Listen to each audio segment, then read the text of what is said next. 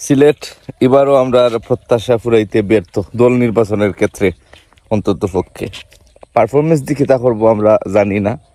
আর আসলে মানে প্লেয়ার দীক্ষা বা কোচিং স্টাফ দেখেই মনে হয় যে আসলে তারা যে বিদেশি কানেকশন মোটামুটি ওকে আছে, ওকে না মোটামুটি না মানে বালা পর্যায়ে আছে, কিন্তু অনেক লম্বা টুর্নামেন্ট, 14-15টা ম্যাচ। তো এরকম ম্যাচও সব বিদেশিরে সব সময় লাগে পাওয়া যাইব নি, ইনো একটা ইস্যু আছে বা ইনো একটা বিষয় আছে। আর সব থেকে বড় কথা লেগে যে বা এই ধরনের টুর্নামেন্ট আমরা দেখছি, ফ্রাঞ্চাইজি টুর্নামেন্ট, যে দলগুলা লোকাল প্লেয়ার হলতে প্রাধান্য দেওয়া দল করে তারা সফলতা বা সাফল্য পায়। সিলেট বরাবর তারা দুর্বল দল করে করে বা মধ্যম সারির একটা দল করে তারা, তো এবারও তার ব্যতিক্রম নাই।